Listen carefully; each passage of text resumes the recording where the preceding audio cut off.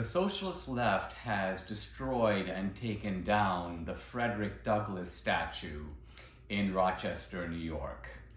And I think this is perhaps the most revealing moment of this entire debate.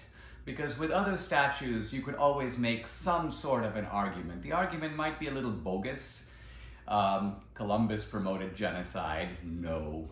Washington did own slaves, although he freed them upon his death. Lincoln said he would fight for the Union, but not for slavery. Now, there were reasons that Lincoln said that.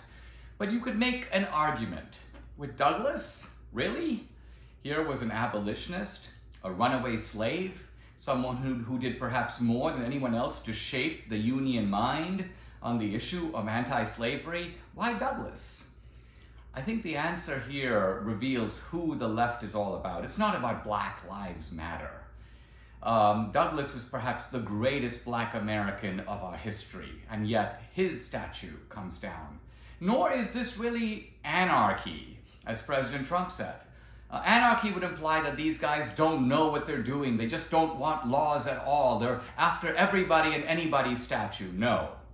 Notice that the LBJ statue in San Marcos, Texas is still standing. Notice that all the FDR statues are still standing. Even though FDR made his peace with segregation, he blocked anti-lynching laws. Stephen Douglas, the great champion of slavery, Northern Democrat, his statue in his memorial in Chicago is still standing. So why Frederick Douglass? I think the answer is that Frederick Douglass was a Republican.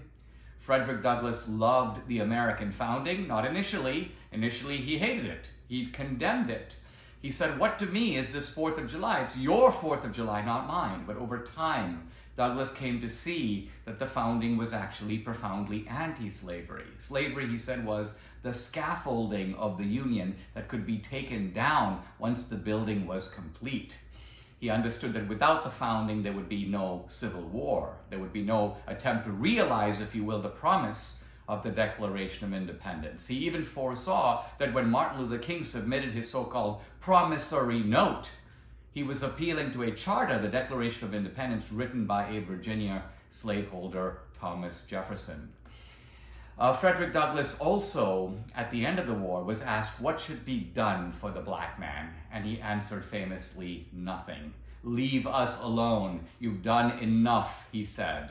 We blacks can, in a sense, build up our own strength, our own families, our own communities. So he was a champion, ultimately, of American self-help, of American entrepreneurship, of what Douglass himself called the self-made man.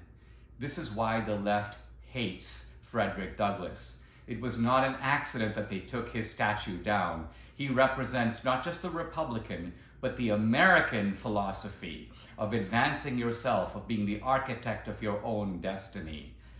So Frederick Douglass is down, and the left has revealed its true colors.